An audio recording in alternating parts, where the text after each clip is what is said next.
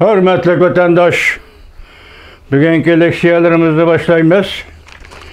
Leksiyada sıdağa жүрüz, Washington'dan sözdeyimiz. Bugünkü islağa 2022 yıl 4. ayının 19. günü vatandaşım. Vaziyet doğrusu da iki kelime.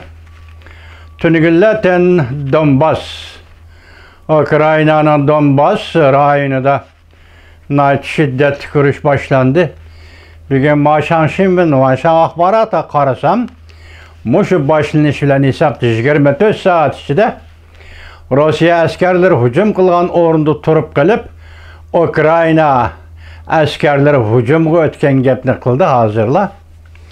Onun keyinden andın bugün Ümit Sadası degen torbiti 19. günüdü bugün nime dediyseniz Yarışar Vakit gazetinin sabık tahriri Hoşicin şundak deptimiş yaki şundak makali yeziptimiş. Tayvan boğazıda partlaş yakında 100 beridi o deptimiş. Vaziyet benim o şike vatandaşım. Şundakla yani bir vaziyet siz için biz için etkandı bugün yaki ete. 4. ayının 20. günü Amerika Koşmuş Ştatlarının Devlet Meclisi'de 1999 yılı 4. ayının 20. günü Uygur meselesi, Uyguristan ve Uyguristan'ın Xitay hükümranlığı astı kişilik hukuk meselesi doğrusu da tünce katım guvahlık berişliğine bu yığında Amnesty International Halkara Keçirim Teşkilatı Washington Şöbüs'ten başlığı Tikumar Efendi Uygurların kişilik hukuku doğrusuda 100 betlik materyallaşkan dokulat tayarlap dokulat berip şu günü Amerika Devlet Meclisi'de Uygur degen bu isim halkara tertipke Uygur degen bu isim kişilik hukuk meselesi boyunca halkara cemiyetke çıkan gün, yetip gelgen gün hürmetli vatandaş. Şuna biz bugün bu günü hatırlayımız. 3 yıl oldu, 3 yıldan beri o da ben hatırlayıp geldim.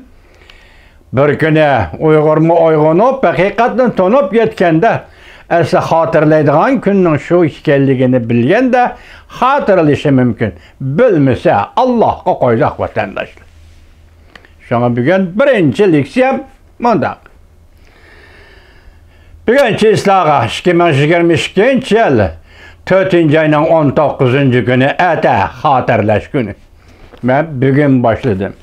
Bugün 1999 yıl 4. ayının 20. günü Amerika Koşmuş Ştatları Devlet Meclisi Avam Palatası azası merhum Tamlantos'un işhanesi ve işhana azalarının başkuruşu rehberlik kılışı astıda yeni bir mavzu, yeni bir izdeniş. Kişilik hukuk nezriyesi bilen kişilik hukuk emniyeti oturusu koyulgan Uyguristan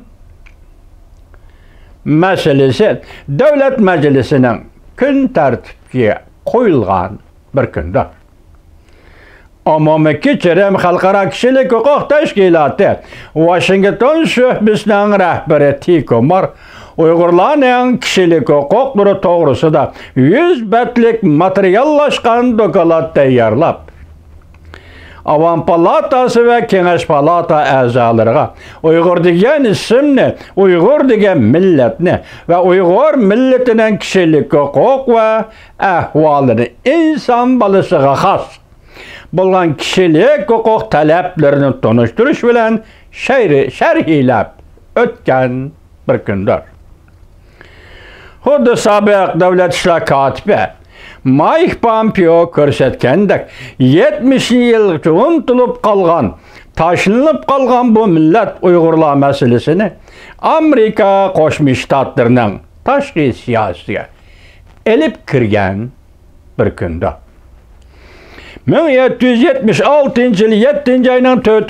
günü Amerika Qo'shma Shtatlarının mustaqillik kitobnomasida ko'rsatilgan. İnsanların erkinlik hukuklarını, insanların hayatlık hukukunu ve insanların baxtga izdinish hukuklarını Uyghur milletinin növbetki turmuşaga tatbiqlagan bir günde. Biz Uygurlar bu günni mangu esimizde saklaymiz.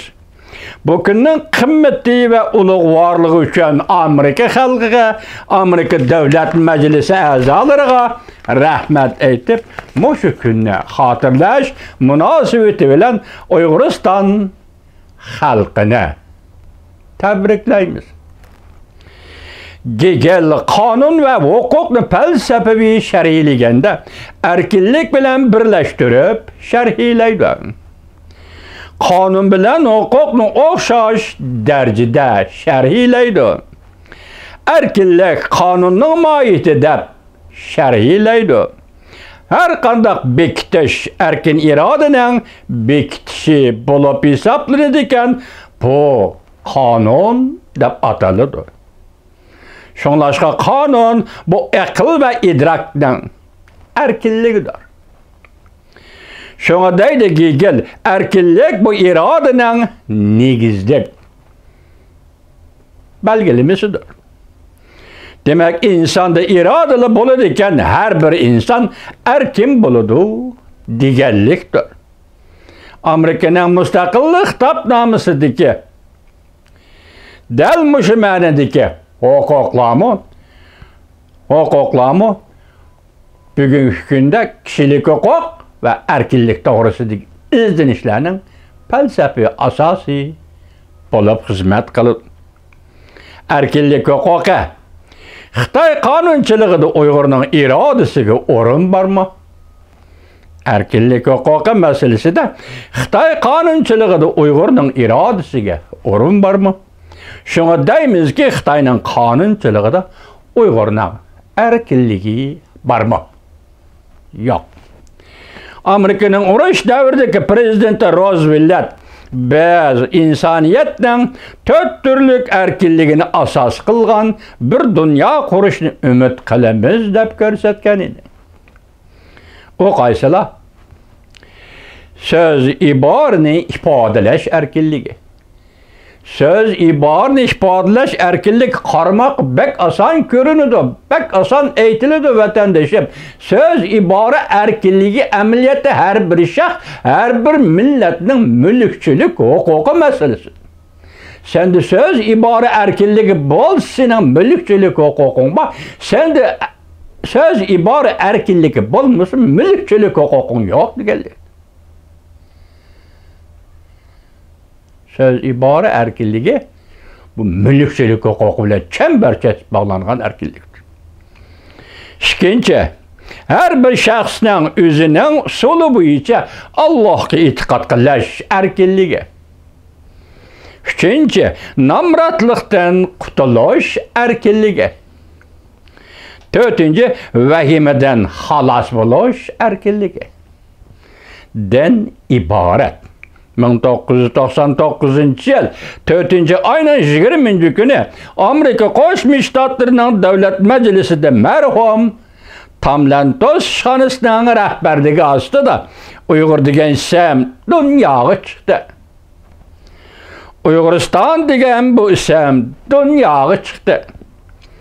Xitoyning hukmronligi ostidagi Uyg'uriston kishilik huquqqa bog'lanib o'ttirg'i chiqdi. Dunyoga chiqdi.